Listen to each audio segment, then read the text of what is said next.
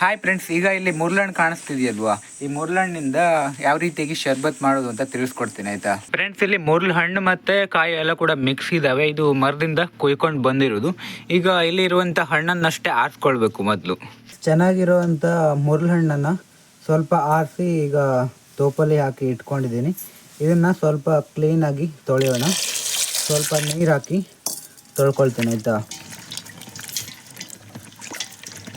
Friends, ಈಗ ಮುರ್ಲಣ್ಣನ್ನು ಕ್ಲೀನಾಗಿ ತೊಳ್ಕೊಂಡಿದ್ದೀನಿ. ಈಗ ಈ ಮುರ್ಲಣ್ಣು ಏನಿದೆ ಅದನ್ನು ಓಪನ್ ಮಾಡಬೇಕು. ಈ ರೀತಿ ಹೊಡಿಬೇಕು ಆಯಿತಾ.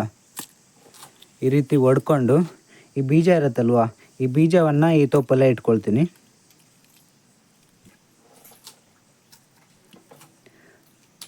ಆಮೇಲೆ ಇದರ ಓಡಿರುತ್ತಲ್ವ, ಈ ಓಡನ್ನು ಇನ್ನೊಂದು ತೋಪಲ್ಲಿ ಹಾಕ್ತೀನಿ ಆಯಿತಾ.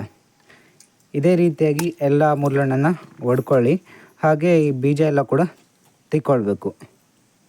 ಈಗ ಮೊದಲು ಈ ಎಲ್ಲ ಹಣ್ಣಿನ ಬೀಜವನ್ನು ತೆಕ್ಕೊಳ್ತೀನಿ ಆಯಿತಾ. ಫ್ರೆಂಡ್ಸ್, ಈಗ ನಾನು ನಿಮಗೆ ಹೇಳ್ಕೊಡ್ತಾ ಇರೋದು ಮುರ್ಲ್ ಹಣ್ಣಿನ ಬೀಜದ ಶರ್ಬತ್ತನ್ನು ಯಾವ ರೀತಿಯಾಗಿ ಮಾಡೋದು ಅಂತ. ನೀವು ನೋಡ್ತಾ ಇರೋದು Bhadranayak vlogs YouTube channel. First time ನೋಡ್ತಾ ಇದ್ದರೆ ಸಬ್ಸ್ಕ್ರೈಬ್ ಮಾಡ್ಕೊಳ್ಳಿ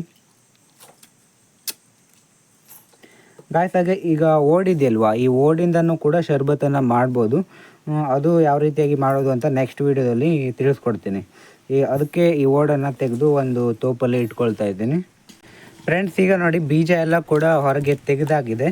ಹಾಗೆ ಪಕ್ಕದಲ್ಲಿ ನೋಡಿ ಈ ತೋಪಲ್ಲಿ ಓಡನ್ನು ಇಟ್ಟಿದ್ದೀನಿ.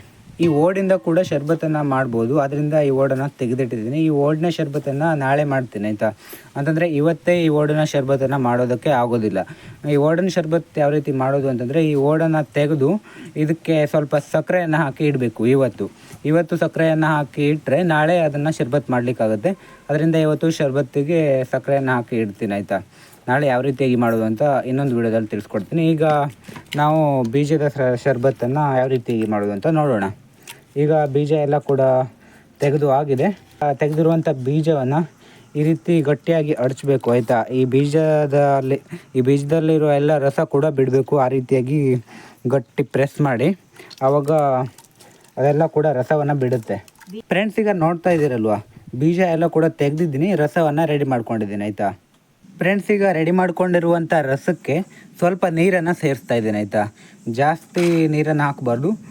ಈಗ ಎಷ್ಟಿದೆ ಅಲ್ವಾ ಅಷ್ಟೇ ನೀರನ್ನು ಹಾಕ್ತೀನಿ. ಈಗ ಎಷ್ಟು ರಸವನ್ನು ಮಾಡ್ಕೊಂಡಿದ್ದೀನಿ ಅದರಷ್ಟೇ ನೀರನ್ನು ಹಾಕ್ತಾಯಿದ್ದೀನಿ. ಜಾಸ್ತಿ ನೀರನ್ನು ಹಾಕಿದ್ರೂ ಕೂಡ ಚೆನ್ನಾಗಿರಲ್ಲ ಫ್ರೆಂಡ್ಸ್. ಆಮೇಲೆ ರುಚಿಗೆ ತಕ್ಕಷ್ಟು ಉಪ್ಪನ್ನು ಹಾಕ್ಕೊಳ್ಳಿ ಆಯಿತಾ. ಉಪ್ಪನ್ನು ಜಾಸ್ತಿ ಹಾಕಬೇಕು ಅಂತ ಇಲ್ಲ. ಈಗ ನೋಡಿ ಎಷ್ಟು ಹಾಕ್ತಾಯಿದ್ದೀನಿ ಅಂತ. ಸ್ವಲ್ಪ ಹಾಕ್ಕೊಳ್ಳಿ ಆಯಿತಾ. ಜಾಸ್ತಿ ಉಪ್ಪು ಹಾಕಬೇಕು ಅಂತ ಇಲ್ಲ. ಉಪ್ಪನ್ನು ಹಾಕದಿದ್ರೂ ಕೂಡ ನಡೆಯುತ್ತೆ. ಉಪ್ಪನ್ನು ಹಾಕ್ಕೊಂಡ್ರೆ ಸ್ವಲ್ಪ ಟೇಸ್ಟ್ ಬರುತ್ತೆ ಆಯಿತಾ. ಆದ್ದರಿಂದ ಉಪ್ಪನ್ನು ಹಾಕ್ಕೊಳ್ತಾ ಇದ್ದೀನಿ. ಆಮೇಲೆ ಸಕ್ಕರೆಯನ್ನು ಹಾಕಬೇಕು ಆಯಿತಾ. ನಿಮಗೆ ಎಷ್ಟು ಸಿಹಿ ಬೇಕು ಅಷ್ಟು ಸಕ್ಕರೆಯನ್ನು ಹಾಕ್ಕೊಳ್ಳಿ. ಜಾಸ್ತಿ ಸಕ್ಕರೆನೂ ಕೂಡ ಹಾಕಬೇಕಂತ ಇಲ್ಲ.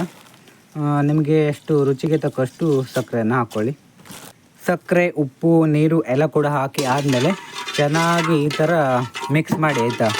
ಎಲ್ಲ ಕೂಡ ಚೆನ್ನಾಗಿ ಕರಗಬೇಕು. ಆ ರೀತಿ ಮಿಕ್ಸ್ ಮಾಡ್ಕೊಳ್ಳಿ. ಫ್ರೆಂಡ್ಸ್, ಈಗ ಜ್ಯೂಸ್ ರೆಡಿಯಾಗಿದೆ. ಎಲ್ಲ ಕೂಡ ಚೆನ್ನಾಗಿ ಮಿಕ್ಸ್ ಆಗಿದೆ ಆಯಿತಾ.